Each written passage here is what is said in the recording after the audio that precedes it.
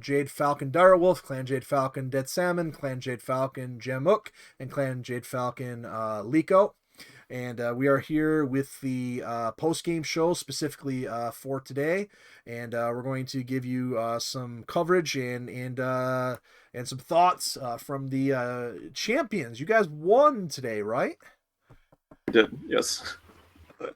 And be sure at the end that we fit in all our thank yous for all the awesome people that have been making this possible. So you guys probably need a link to maybe it'll help to have a link to the live stream.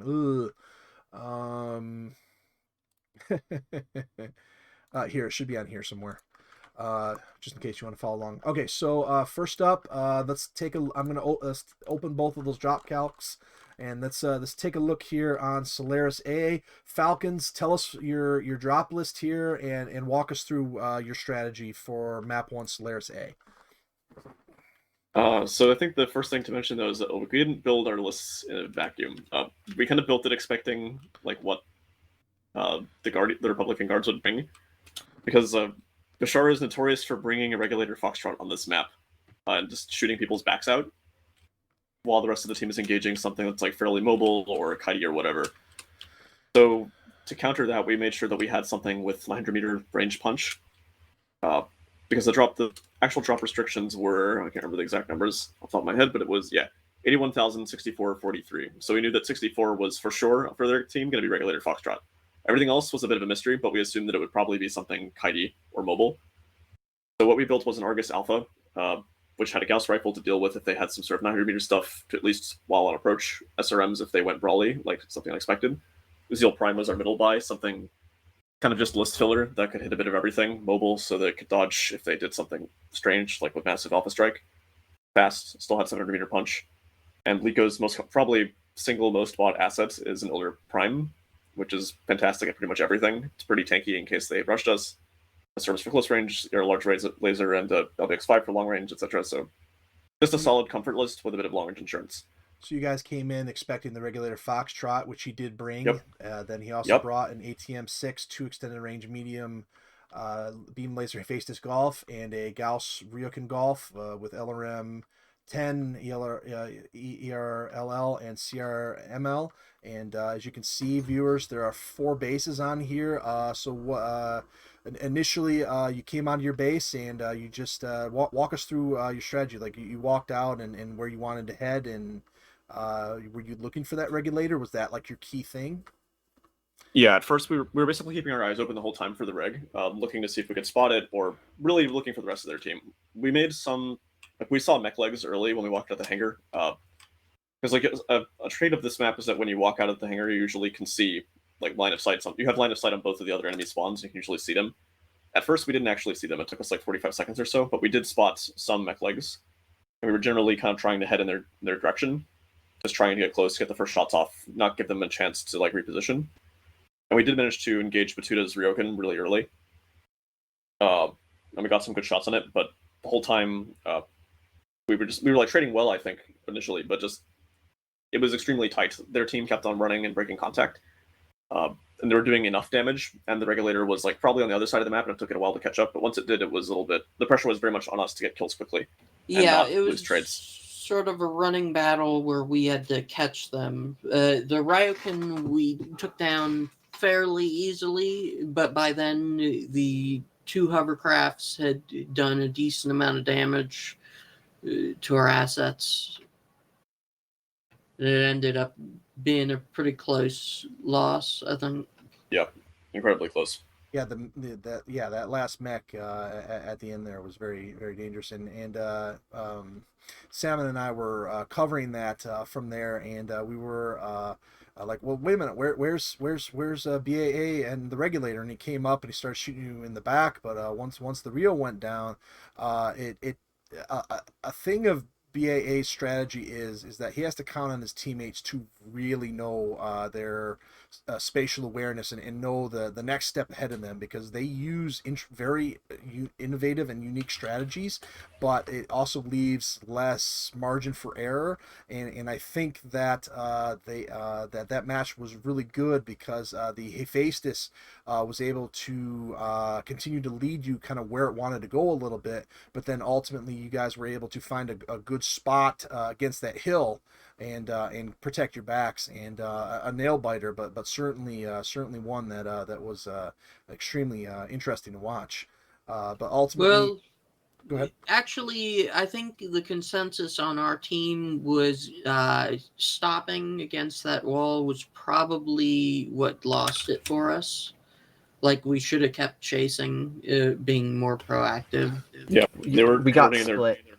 They were coordinating their trades extremely well. So like when we were just like trying to like focus on whenever they would peak, but they would have the initiative. So yeah, and you then guys Lico wanted to tried be to catch the fighting one at a regulator, but time.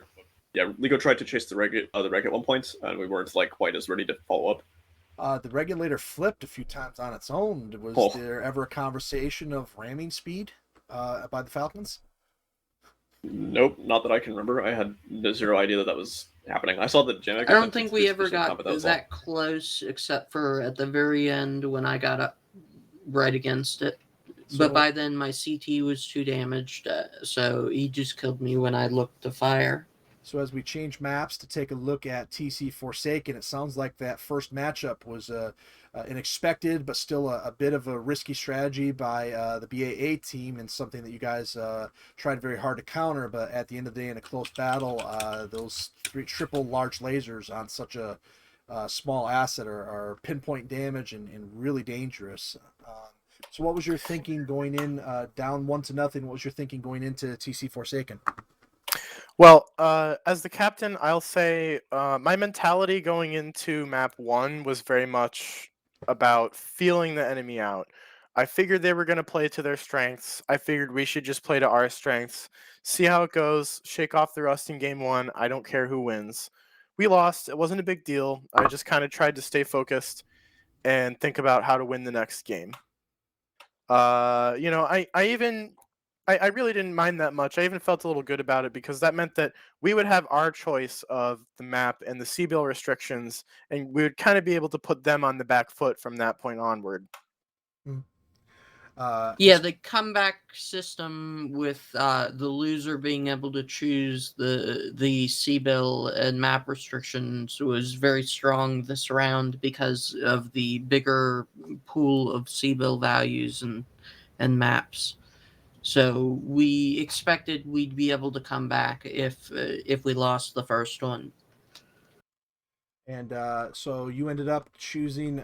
Walk us through your list here on Forsaken. We chose kind of like a comfort zone, I guess. We chose like, well, we lost on SolariaA to getting out traded, right? Kind of just kind of seeing that like, well, their team is really really good at manipulating aggro, at doing P trades, stuff like this. And we also didn't want to deal with assault tanks. So we decided, okay, let's just go for something that we're all pretty comfy with. Let's just go with really light assets on a map that's conducive to brawling. So that's why we chose Forsaken with the lowest C-bill values, 52, 43, 40. We took something expecting that they would take hovers because they have a bunch of people on their team who are really fantastic in it, namely Bashar, Bloodraven. So we took stuff that had a bunch of LBX. Our top buy, Chimera Echo, had 2 LB5s on HMGs, which have like kinetic. The Chevy Foxtrot, which is what I was driving, has an LB10 SRM6. Our medium buy was a Hef Echo, something that I was pushing for very heavily because this map has really, really low sightlines, which means that it's also easy to get caught out. If you have sensors, it means that you can see where the enemy is first, potentially have to drop on them. It has Beagle Active Probe and GCM. And the other team, they brought all flamers. All right, well, let's take a look here now. They brought the Anubis Echo, 4 flamers, and then the Harasser Delta, 4 flamers, the Solitaire C, 4 flamers, and the backup weapons, well, there's a medium pulse laser. Yeah, medium pulse on the Solly C is the least impressive one. The Flamerasser has 3 SRM2s, which is basically rapid fire SRM6, and it's up armored for Harasser, which sounds ridiculous when you say it, but it's considerable. It's like almost Chevalier armor. And the Flamer Anubis had the HMGs, I believe, or Serum 2s. Can't remember. Both are not anything to sneeze at. Yeah, it wasn't as laughable as it might have used to be ever since the Flamers got their rework, and like the Harasser now has decent backup weapons, so they did a lot better than we expected. So that round, you came out of your hangar. Which side of the map did you decide to work with? Did you go east, west? Did you head towards the center base? Intersphere side always starts in the northeast side of the map, and we decided to basically go kind of mostly straight south, a little bit west, because there's a lot of there's just exceptionally large number of rock formations you can run between. Our list was kind of built for close range. We want to nuke whatever it is that shows up. We have a lot of LBX, SRMs, etc. So we're just kind of lurking a little bit east of mid. That way, if we saw anything, we thought, okay, it wouldn't be caught in open ground if they perchance took a FG or something and wanted to hide us. We could just do as much damage as possible. So and they who was into the, us. shall we say, lucky pilot that was in the Chimera on this map? Oh, that was me. I got shut down by all the Flamers. I was their initial target, and by the time I came out, the two mechs were nearly dead, so I blasted and got the last hit on both of them. Well, that's the interesting thing about Flamers is that you need to either shut everything down and keep everything shut down, or you need to kill something quickly by overheating it so much that it dies. Is it perhaps that also with the Flamer rework that this map just really isn't hot enough for that strategy? Well, this map, I don't think it could really be considered one of the really hot maps. It's not like an Inferno or Phlegaton. The big issue is Flamers don't deal damage, so you need going like with a full Flamer list generally leaves you lacking. You generally want like one thing to shut down the most dangerous enemy on the other team or something like that. Now, Liko and Direwolf, what were the comms like when your member when Jamek was shut down? What was the thought process about how to proceed there? We were mostly focused on, getting pickoffs, right? So we were mostly just calling out what we were shooting, who was vulnerable, when to twist and when to shoot, stuff like that.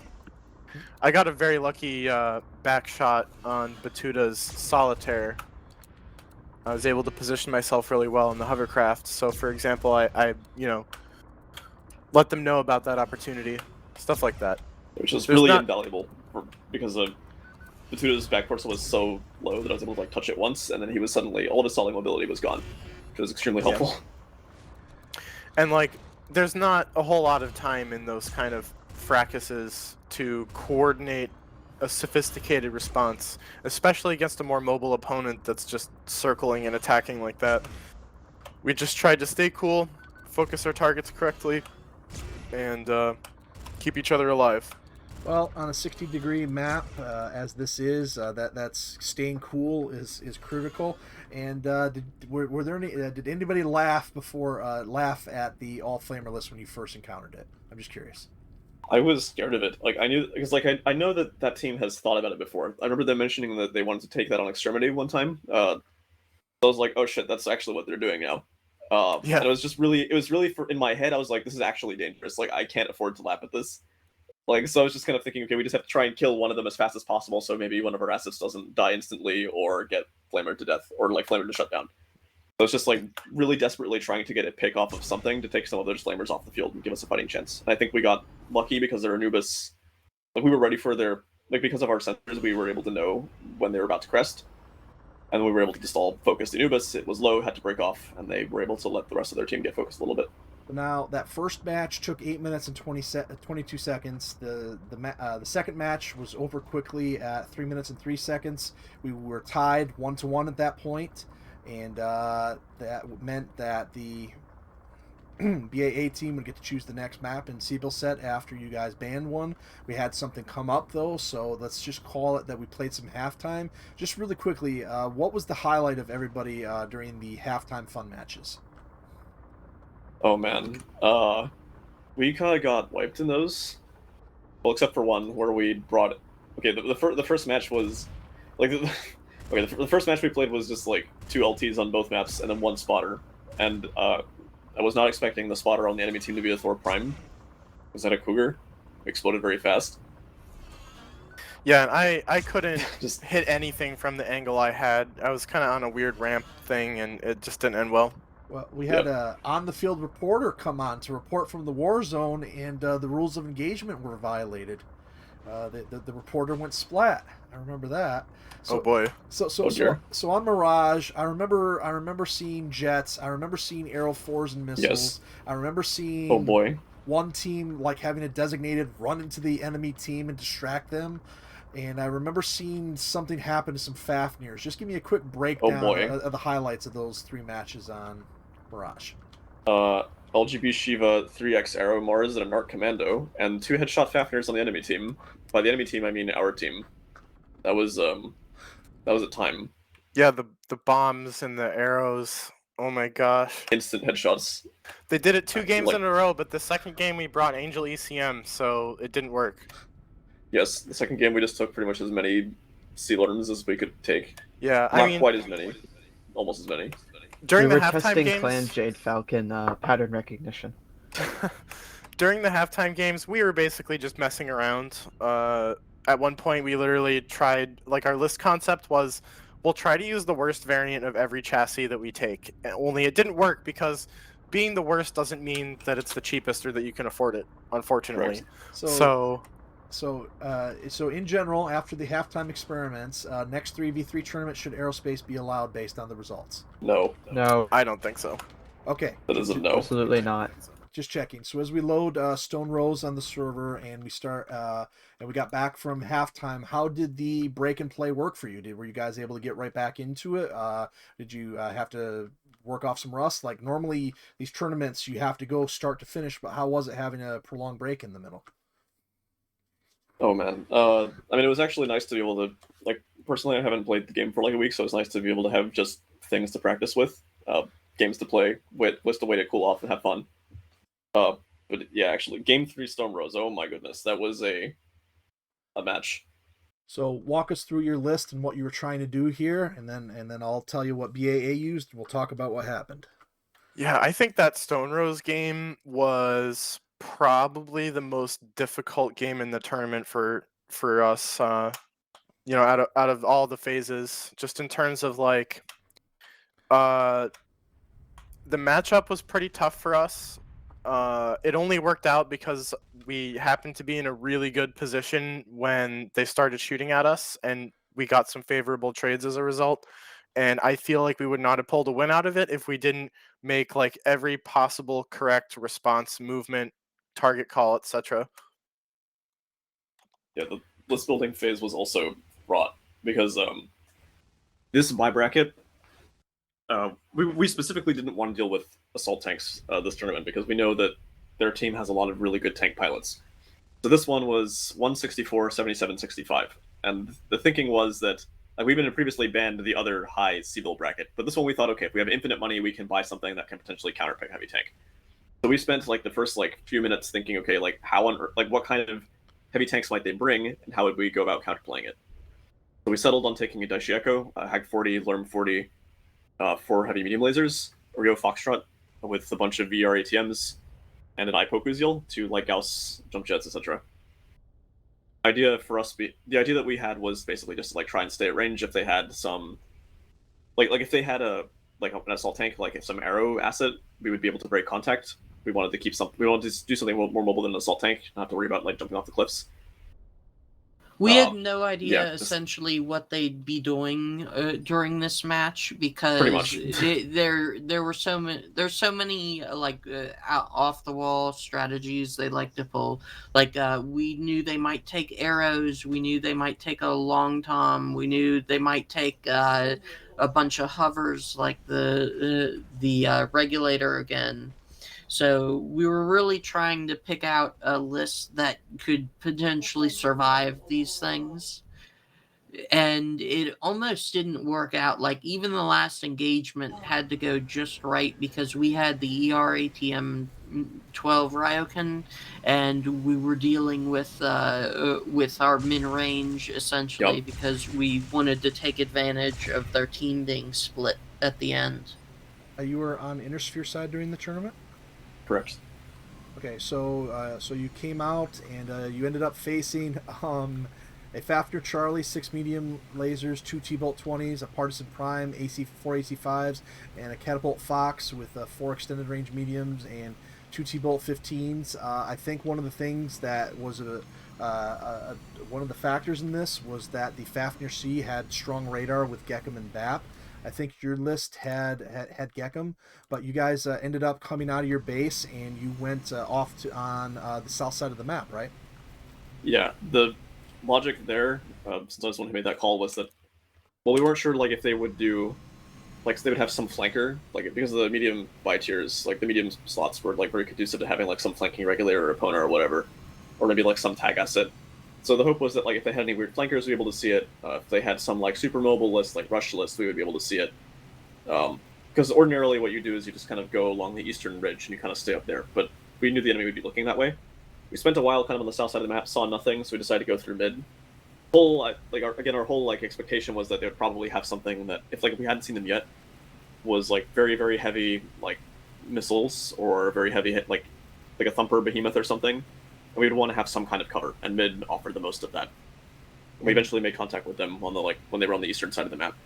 And that was something that interesting. You may or may not have heard, but I played yesterday for some reason, and I did, and we played on this map as well. And the team I went on, we went to center, and kind of faced a little bit of a similar thing. That the team we were facing had some interesting range on us. Now you had the advantage of range on them, but I think the interesting thing that not quite actually. The key point was that their Fafnir had tag on it. So they were able to start throwing their T-bolts at us from like 1,300, 1,400 meters away. Okay. So we were able to get some eye poke shots on it, some like us. I think we had got like 1 or 2 volleys before they were able to start doing damage. And then after that, we just was like, oh god, we cannot afford to be in the open against it because those T-bolts will melt me, despite the fact that we took 2 lambs. Just too much. So we were lucky though because we had a wall between us and them. We were able to approach with relative impunity, and we were able to get some trades. I was able to get full hag bursts. Jamek was able to get some jump snipes, things like that. Now, one thing that Salmon, who was covering the match with me, thought that we both thought was that this match we think that it might come down. You guys are going to fight at a range that is not the ideal range for either team, and we were just trying to think, okay, well, who has the advantage here if this ends up being like a 600-meter battle? And that's kind of what ended up happening, was because once it was time was starting to run out towards the match. And you guys kind of had to make a decision, and you ended up fighting kind of south of that center base. And 3 minutes left or so with the engagement. Yep. How did you decide your approach? Well, that was a pretty Yeah, simple call for us because I was aware of what we'd been hitting. I knew the catapult was very, very weak because I'd been hammering him with my extended ATMs. And I knew that the Fafnir had taken some juicy hits from my teammates as well. While the enemy's partisan tank was sort of coming around in front of them to screen the assault mechs, which means that if we ignore him, he basically ends up in the middle or behind us, which we really don't want. So basically I made the call to go around the other side where we would be directly engaging their assault mechs with the tank either in formation with them or better yet behind, which is where I think he ended up being when we found them. Yep. The last thing you want to do is go head first into the last thing you want to do is go head first into a fresh slab of HP, like a partisan that hasn't been damaged yet. And that was a lot of fire going off at once. It was interesting to track all that. But you guys were able to shield your damage and focus your spots. And the interesting thing was, though, at the end of that, it was still a very close battle. And I was telling Salmon at the end of that the long reload times on that Fafnir, had that Fafnir been able to get 1 or 2 more shots off, that battle could have maybe gone the other way. And it was, you did a really good job of adapting in your cohesion as a team showed pretty well there, because you have time's running out. You're not going to be fighting at your optimum weapons range, and you come out of that gated building and decide to go in there. And I really felt like that was a little bit of a turning point in the battle. The momentum after that map was really starting to go your way. Yeah, it was also advantageous that we engaged actually as close range as we did, despite the fact that we had some mid-ranged assets, because it meant I could put down like a ton of fire for my heavy mediums. They engaged at like a little under 400 meters, so I could put out all my fire before that arm fell off. Right. Once we pushed into them like that, I basically wrote off my missiles, and I was more concerned, because I was mostly undamaged, I was more concerned with putting myself in between the enemies and my teammates who had taken some hits. Physical attack against the Fafnir was glorious. Yes, I zero throttled him.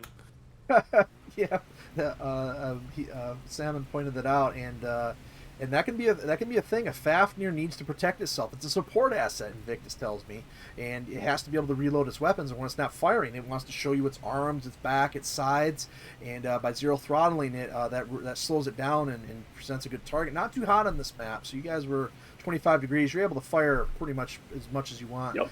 As we load into IceArena, you had the advantage going in 2-1, and the BAA team decided to go with the C-Bill set 104K, 69K, 48K, and I was slightly surprised on the map choice of IceArena. It's a great map, but out of the remaining maps there, I was a bit surprised. Frankly, I was expecting something like Forest Valley, or you had Band Inferno, but I was expecting maybe Forest Valley or Thunder Rift there. But so walk us through your list here. You have the championships possibly on the line. There, if you will, you've got the momentum, and you know that BAA is going to be trying as hard as they can to force a map 5 themselves. 4 weeks of battles culminating into this. Walk us through your list. Well, I'll just say to start that Thunder Rift was our ace in the hole if we had to go to map 5. That was, we kind of learned our lesson in the round robin, not to start on our strongest map, because then we end up losing other games afterwards, and that's not really good. It's easy to lose one map and then come back and get your momentum back, and it's a lot harder to start strong and then stay strong, because that's when your enemy really gets their crap together. At least that was my experience. That said, I was really dreading playing on Ice Planet, because for some reason I just have a hard time on that map. I tend to get caught in a bad position, get caught by a list that counters my picks really hard, and I was pretty stressed about it. Yeah, there's just so many variable sightlines. Like it can easily become like a short range map, or it can become like if you're able to dodge around stuff in middle. There's lots of rock formations. You can just use the rocks for line of sight and have middle range stuff. Hovercraft are really good here. We also knew that BA's team was big on, or BA has deployed Reg F and Epona's flankers to really great effect here. So we were worried about okay, how do we just max it, front loader damage, have something for 900 meter insurance to deal with if there's flankers. So we ended up just going with a bunch of HPBCs, a bunch of T-bolts, AC-10s for top by Atlas to shake whatever they have if they had long-range traders. But what actually happened was very unexpected. Mm-hmm. So you guys ended up the Atlas Charlie, Bushwhacker Fox, and the Uller Delta. A lot of heat there, and a cold map at -4. But did you guys run into any heat issues in that engagement? I had to dump my coolant a lot because I was trying to do as much damage as possible, but that's about it, I think. And then to counter you, some interesting stuff here. The Awesome Prime, the Shadowcat Charlie, and the Ares Delta, and they ended up, refresh my memory, it was in one of the corner of the maps. Was it the northeast? I want to say it was north, kind of as straight northwest corner of the map, I want to say. Yeah, they were just east of their main base, up on the map ridge, essentially. And we had gotten to their base, and then we got hit in the back. essentially. Well, you know, They were watching us. the interesting thing, Oh my they God. waited to fire. Salmon and I are sitting there watching the match, and on the stream, I'm on the Shadowcat trying to kind of like, I don't know, reenact this the best that I can. But the interesting thing was that they had two of the mechs in position ready to fire on you. They saw you at coming from the south, like 900 meters away, and they could have unloaded, but they sat there and they waited for the Awesome to get up on the rock formation to fire. And by that time, you were within all of your weapons range. We were walking away from them, actually. That was the Okay. deal. Like, we were kind of sitting, like, we were at that little rock formation, kind of looking into mid, and they were behind us. And I think the idea was because they were all very much based around like 800 meter plus range, they wanted to just like put all their damage on one person's back torso when we were all like out of our optimal weapons range. They picked the wrong person to do it to, though. They did Yep. it to the standard engine Atlas that then turned around and just never showed their back again. And this ended up being a close fight, and the reason that I bring up, I'm surprised they didn't fire, is because had they landed 1, 2, or even 3 more shots before you guys would have been able to turn around and respond, it was that close of a match that we might have been playing a map 5. It was. There were a couple of things that the team didn't really do right.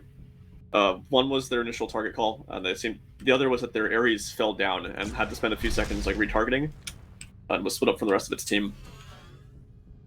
So it was able to like Liko was able to basically solo the Ares, except for when he shouted at me to kill it when he was having issues. But that was it. Got his rear panel down to like 0%, 1% internals, and then he completely shielded it from me. So I was like, Direwolf, just turn and shoot your small laser, please. Well, that was the interesting. Yeah. Whoa. No, that's it. How can physics be like that? Well, that was the interesting thing about this, was that during the battle, it looked like from the spectator cam that you guys were actually not everybody was firing on what they could for a little bit there. That there was kind of a break off in the engagement. You guys were focusing really hard on the Awesome, then you switched to the Ares, and damage. What do you call it? Damage spreading was really important in that engagement. I just think that they wanted the element of surprise. Things seemed to kind of break down a bit, and then I think there was just a little bit of chaos there for a little bit while everybody was trying to figure out, we've got these long range things, we're fighting at point blank range, what do we do? You know. Well, they were in a location where they couldn't really escape or like skirmish to use that range, which I think was a bit of an issue. Like, we had a few hundred meters to close, but once we did, they weren't getting away from us, and we had the stronger list up close. Well, actually, what they could have done was simply just like went back behind the hill. Like for example, the Shadowcat, their Azacia of Shadowcat was like just kind of the reason. Like it was like scaring me a lot because it's just kind of sitting behind a hill, just like peeking with only its arms over cover. So I was like, okay, there's no way in hell we're gonna be able to kill that first. It's just gonna be able to break contact instantly as soon as it sees us shooting at it. But the key there was that they lost their Ares, like it went forward, and it was just not able to contribute its firepower. So it was like, okay, you know what, we just have to push them. Just do as much damage as possible to their range list. And they were not able to like break contact because they would have been sacrificing the Ares. So the Awesome Prime just went down the ridge, went forward, and then we were able to just keep focusing our fire on their whole team. And the thing with that, even towards the end there, is that while BAA had to wait for weapons to reload and spread damage, and even with the loss of the Ares, they were still landing. They were making good choices with their hits. They were causing enough damage that you guys were having to shield a little bit yourselves. And even there at the end, the Shadowcat was still pretty healthy by the time it was the last thing alive. And it was just interesting. Sam and I were sitting there. Well, this might be the Falcons, but if he a couple of landed hits, this could get interesting. But you guys did a really good job of once the Shadowcat was left of finding a way to keep it where you wanted and making your shots count, so that when it made its last few attempts of shots there, you guys were boom on target, and before you know it, you're the champions. Yeah. Well, he did overheat during that, so that had an effect on it too. We didn't know if it was a crash. As the supervisor, we're like, oh god, it crashed. Well, here we go to another map. Nope, it was an overheat because I was running up to try and chase him, and I was like, Liko was saying that like, oh my god, he went like up or this way, and I was like, wait a minute, no, he's right here, and he's Bless, smoking. bless the game, and I'm glad the feature's there. The overheat, the new overheat protection from the past year or so. But as a grizzled vet that refuses to change, the very first thing I ever do when I go into a competitive match, and in a lot of pubs too, I hit the H button. Yep. Press Yep. H to revert heat changes. Had he not done that, I'm just curious because some of your mechs were pretty damaged at that point. I wonder if he could have gotten a pick. I still think it's your day. I still think you win the battle at that point. But it was just curious. That's the thing about these battles. In a 3v3, there's less room than in a 4v4 or a 10v10 for errors and something like that, like the first contact, the first hits, or overheating or a missed shot. That can be the difference in these really close games. Oh yeah, every shot counts. But you guys came in, and let's talk about your story here real quick. Your tournament story. So looking at the challenge bracket from the 3v3, as we move to our second to last segment today. Hey Dyer, you want to run should we do the 3v3? Yeah, Duelist sounds good. So we start playing in this thing. We plan it. Round robin sounds good. And well, we get to the first weekend, and the Falcons. You had a couple different members take place in the tournament, and the out of the hills, you got out of the blocks, you guys had some tough opponents.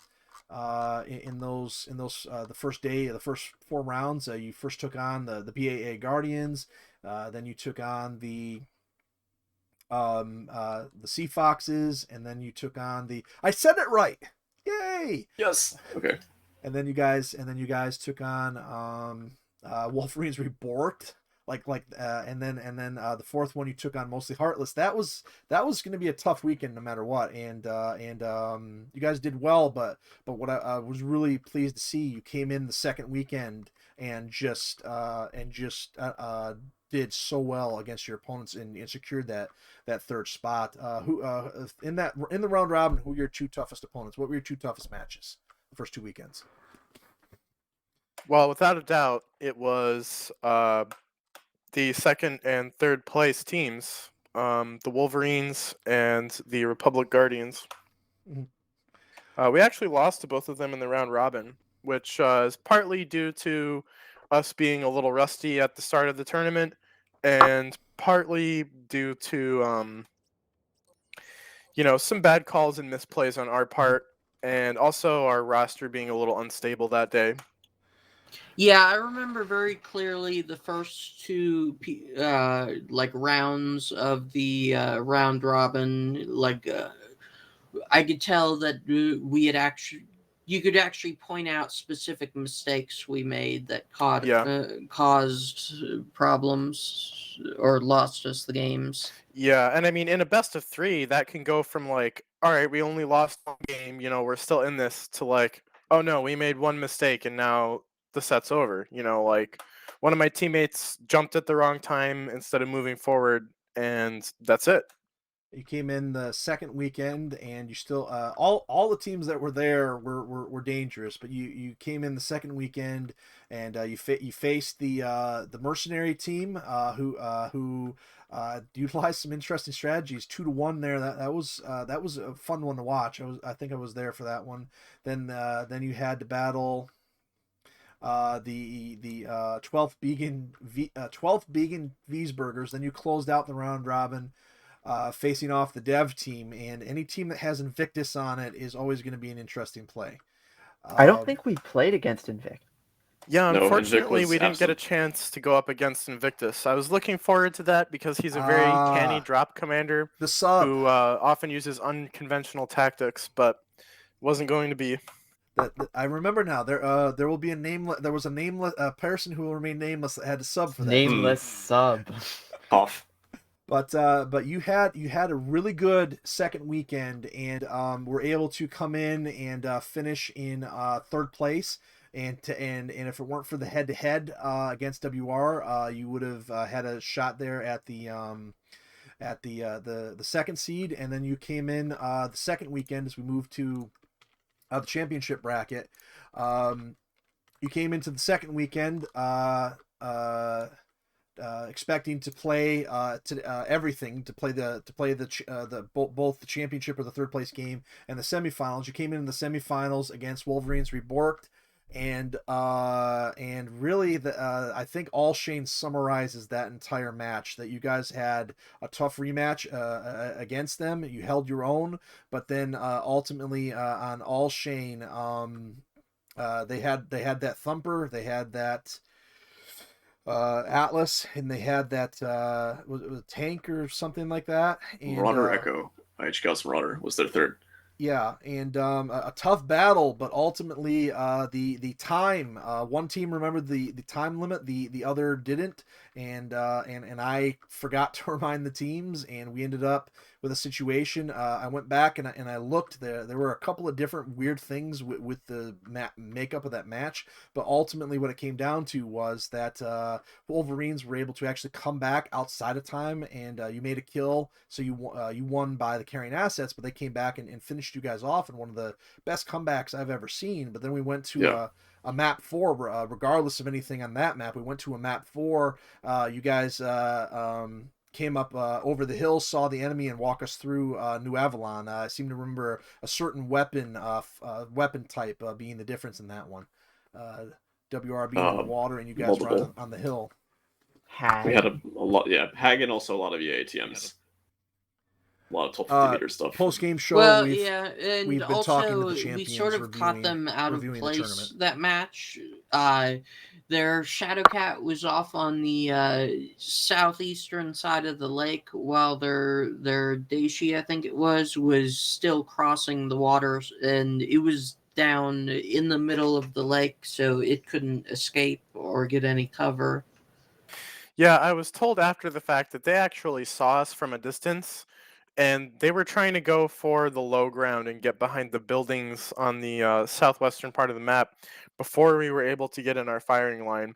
But I think what they needed to do is adapt their tactics and basically just turn around and go straight for us. So anyway, once we got that all straightened out, you came out. Let's the matchup everybody wanted to see in the round robin.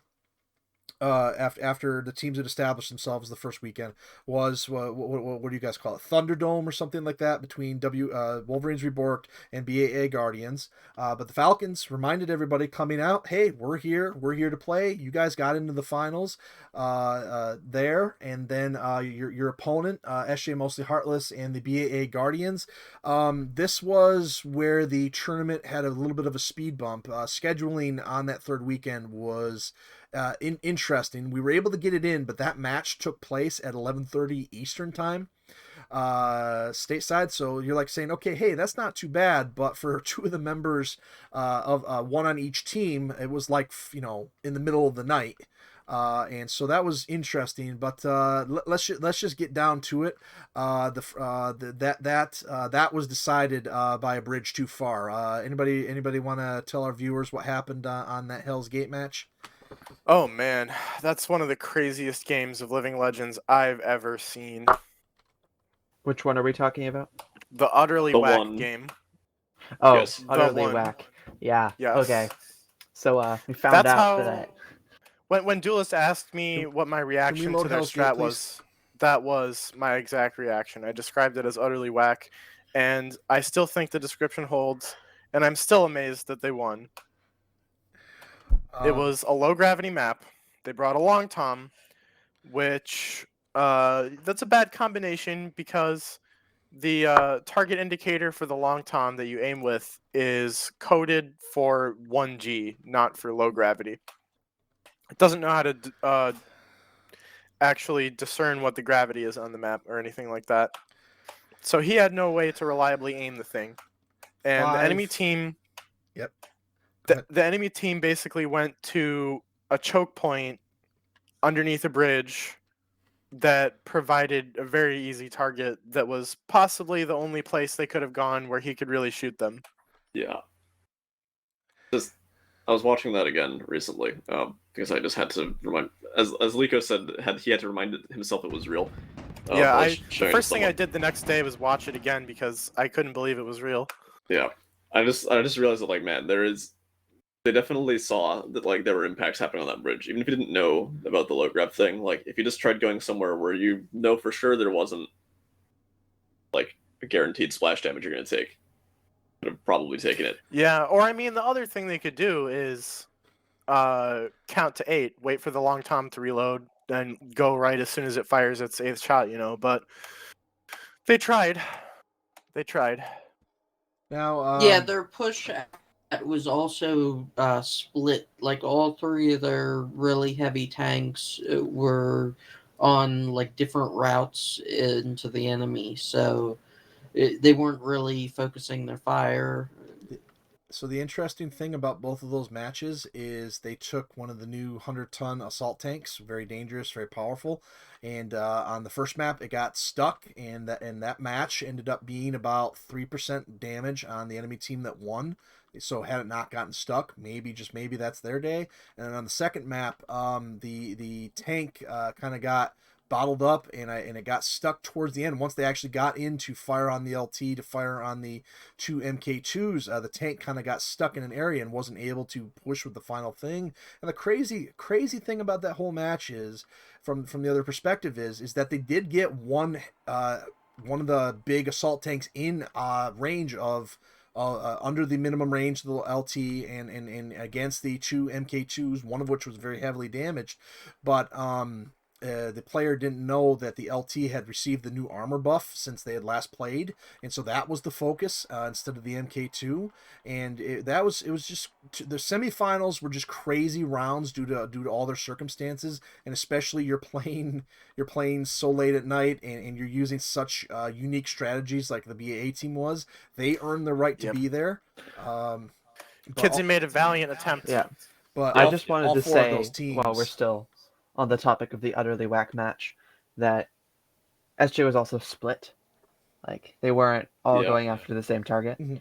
Yeah, there was also I think one of the really key points is also saying what the two Mark IIs were, because one of them was an up-armored ER-PPC ER-ATM Mark II, which is dangerous, right? But it's also probably like not very easy to kill. It's a lot less damage than a long tom, which can hit everything on your team at the same time. And the other Mark II was a dual UAC 20 Mark II, which is like Dual probably one of the SRM6. single, and two SRM6s, which is like some of the single biggest DPS in the entire game. So if you let that thing do its work, it will kill anything, no matter how heavy, no matter how new. And it was able to just get free damage on the 100, like the biggest assets on the SJ team, like completely uncontested. Exactly. For like solid 20 seconds. Once they got out of the bridge and were able to start attacking, one of the terrain shoot it. got in the way, and one of the tanks just kind of got caught up. But that'll be a match that lives in infamy. And if you were on the side that won, it's one of the greatest things that's ever happened. If you're on the other side, well, yeah, we'll see you in the third place game. So anyway, that we had to cover that. It had to be covered, and we had to cover the All-Shin match as well, because those are Wasn't there some kind of drama before that match? Like they were talking about how powerful the 100-ton tanks were, and then there was because of that they built their list specifically to try and counter them. Yes. Basically that. There was some crazy 4-dimensional mind games going on there. That was an interesting match, but the reason that we bring all these semifinals up is because that was a crazy Saturday, and I slept the better part of Sunday. Let's just leave it at that. But we were able to get the matches in. We were still able to get in the other scheduled event that day, that Sunday, and so we came in today knowing that we would have things scheduled, knowing that we would confirm everything, and we've covered the matches from today. But that's how your team got here. That's how the Guardians got here, and so let's move to the. We need to thank some people, and we need to tell some people. We need to do some plugs for some of the people in here for some of their upcoming stuff. So I'll start. This event would not have been possible without all these people, but I can tell you right now that Direwolf was a gigantic, massive part of this, and many of the core ideas, the core things that we did, and many of the things that, oh, I have an idea. Well, hang on a sec, Duelist. How about we do this or that, and just kind of kind of fix it up. Direwolf has been an excellent partner in this and would not have been possible without him. He and I have been talking behind closed doors and in chat and other places for the better part of probably September, on and off, planning this.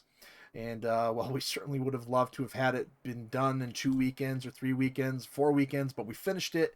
That's the important part. So first off, thank you, Direwolf. My goodness, you've been an excellent partner in this, and let's do this again sometime. You and I doing an event together. Also, while you're lavishing praise on me, I have to now also turn to Rick Hunter, who also has been like extremely helpful. I've been talking with him a lot to get things like the back end for the setup, having like all this, like not only hosting the servers, but also like being able to change maps really quickly, having like even on really short notice, like throwing up the servers, changing the maps in rotation, and also having systems where you can view everybody's buys after the fact has been like truly invaluable for getting this running. And if it weren't for his endless patience, this probably wouldn't have happened. Mm-hmm. Yep, and absolutely, we've had Rick in there hanging out with us and providing support, and he even played in the event. That was awesome to see him come in. I was expecting 1 ping though. He didn't have 1 ping. I'll have to ask him about that. How can you host a server and not be in the same physical location as it? I smell a conspiracy theory. All right, and then Bird Thing has been just invaluable. All the graphics that we've used, posters and mentions on the Living Legends social media channels, and hanging out right now on the stream. Thank you very much there. Same thing with Lico, the community manager of Living Legends, also has been helping out, doing those things as well, and has brought his team in, and you know, the team captains, this is going to take a minute because there's 8 teams, but this was, I think it's fair to say that the team captains had a really big part in this tournament, and BAA for the Guardians. I want to say Bob or Dimos. I was never quite sure with that, with the Wolverines Reborked. It was really great to see them back in organized play after a while of. And then the Jade Falcon Guards, Lico and Dyer there, and then Architect bringing SJ back from the dead for a while, and doing that, and then also Joey on this last weekend. The dev team, I don't think Invictus. Who was the drop commander on the dev team? That's a good one. Was that Andrew? I think Andrew did the bans, but Invictus was doing a lot of the building and drop commanding, from what I was spectating them anyway. I would expect it to be somewhat shared. Yeah. Invictus likes to kind of do his own thing in drops. And then we put together a Merc team that was just like, hey, you 3 say you want to play, great. Here's your team, Jufos. And then the 12th Perseus and Morbo. They were fantastic. Yes, Morbo and Perseus Jufos were really fantastic, even if they're Connoisseurs de Urban Mech. Yes, great acronym. Just they did a lot of really cool stuff. It was great to see them play. And then Kentax, I think, on the first weekend, and then Snow Gibbon on the second weekend for 12. Rick Hunter probably was doing some stuff in there as well, and then finally, and Urishima. Clan C Fox. Oh, Urishima as well. Yeah, they probably shared a lot of that in there. Clan C Fox, Rapid Attack 6 Trainer Resk, who is not Clan Jade Falcon, but we're working on something with that. I confuse those 2 acronyms a little bit, so we're pretty much the entire tournament. We were Clan C Fox, and they were Clan Jade Falcon. It's 1 letter difference. Yeah. CJF, CSF. Same deal. Now, so thank you to all the captains, and if you enjoyed commanding, keep an eye out for, well, on my end, let's not call it next year's 3v3, but let's say the next big one. There's been some ideas thrown around in the past of having a drop commander centric thing. What the hell does that mean? We'll worry about that next time. A special thanks to Andrew and Invictus and Lico and all the other leaders of of the volunteer development team that make Mechwarrior Living Legends possible. In case you didn't know, development from the original Wandering Samurai team ended due to various reasons in January 2013, and I did my part where I could, working with other awesome people to keep a player base going. But then one day somebody popped up and said, "Wait a minute." And things happened, and now you've had continuous development since around releases since October of 2016, and so without them, we wouldn't have a game. Liko, can you give us a little bit of a review of how people could play Living Legends and some of the things that were in the latest patch? Thanks for asking, Duelists. Mechwarrior Living Legends is a totally free multiplayer game that you can find at mechlivinglegends.net. It's free, totally free, not free to play. We don't want your money. It's a wonderful game. It's the most varied and competitively balanced multiplayer game that the BattleTech intellectual property has ever seen, and I highly encourage anyone listening to try it out if you have not already done so. And a special thanks on a little bit more of a smaller aspect in terms of specifically for SJ. We had Silvercraft come in at last minute on our very final match. I've always considered Silvercraft, whenever he wants to be an honorary SJ, but he's always been one of the best mercenaries. And it was wonderful to play along his side again, coming in and helping us out yesterday. And then also, oh my goodness, Architect and Joey, thank you very much for, and Kidson, thank you all very much for helping Smoke Jaguar have a presence in this. It's been wonderful to watch, and it's great when you have a unit like I do that still every now and again, hey, there's an opportunity to play, let's go, and Pat. Someone asked on the stream how to get to the Discord. There's a link on the launcher. Yep, you can either click the button in the in-game launcher or just go to discord.me/MWLL and you'll be able to get a link that way. Awesome sauce.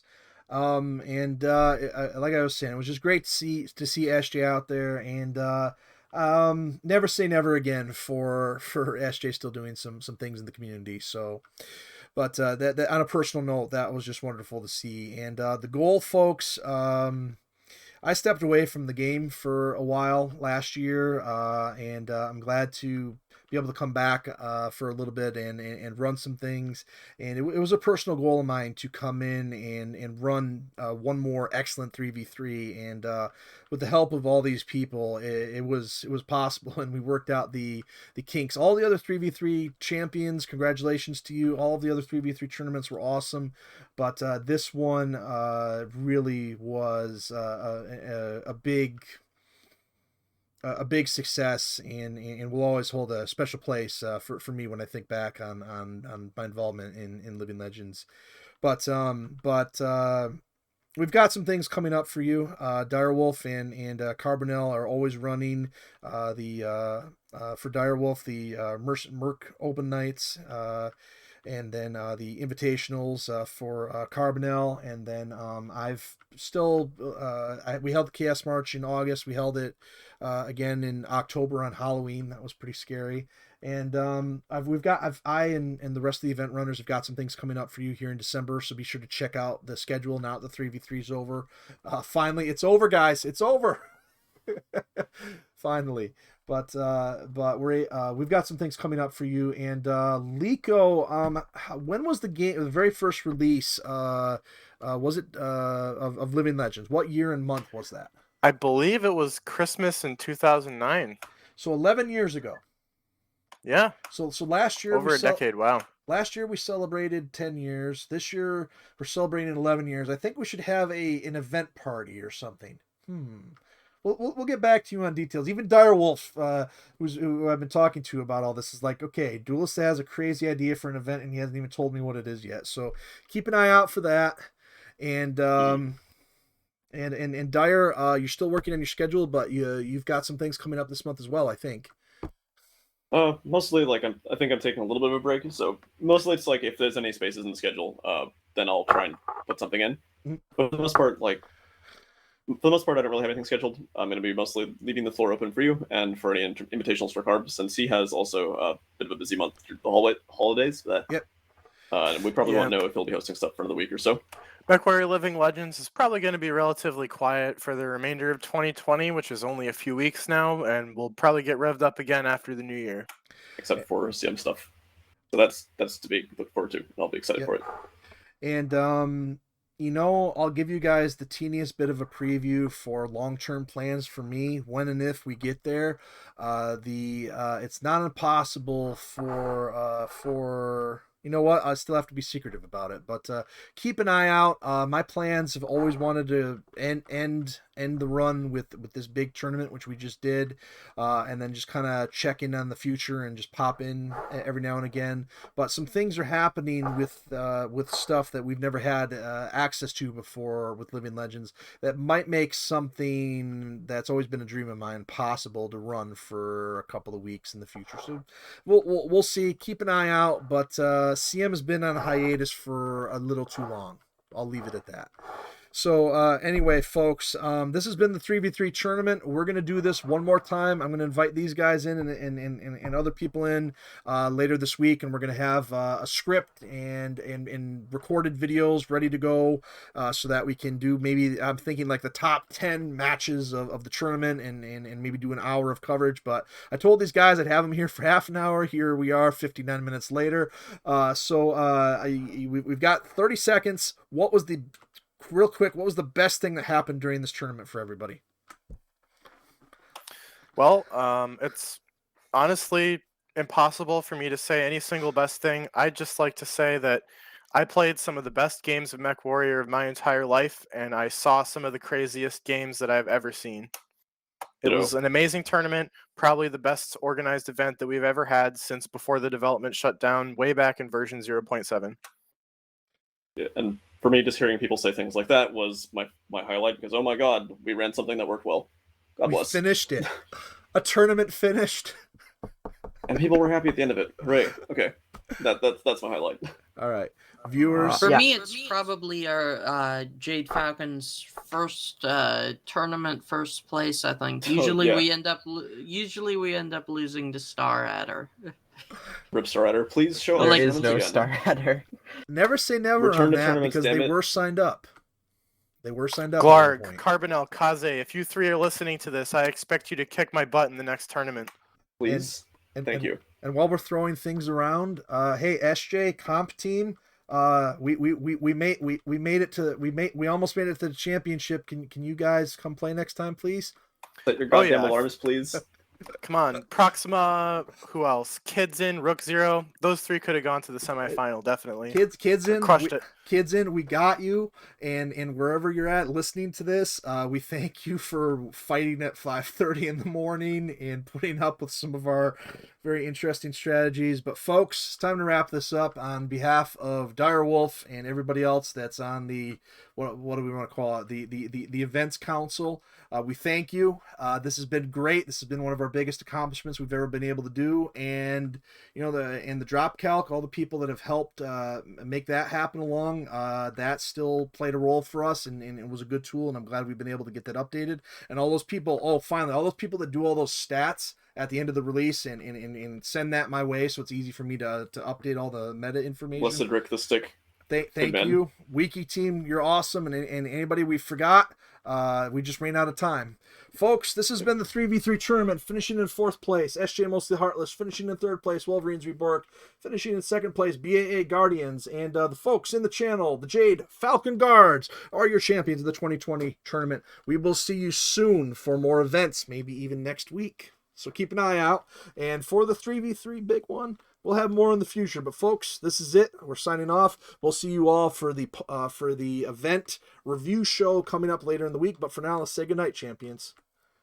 Adios. Good night, everybody. User disconnected from your channel. This has been the 3v3 tournament. It's over. It's wonderful. I've got to get back to real life now. Thank you, everybody, and congratulations to all of us.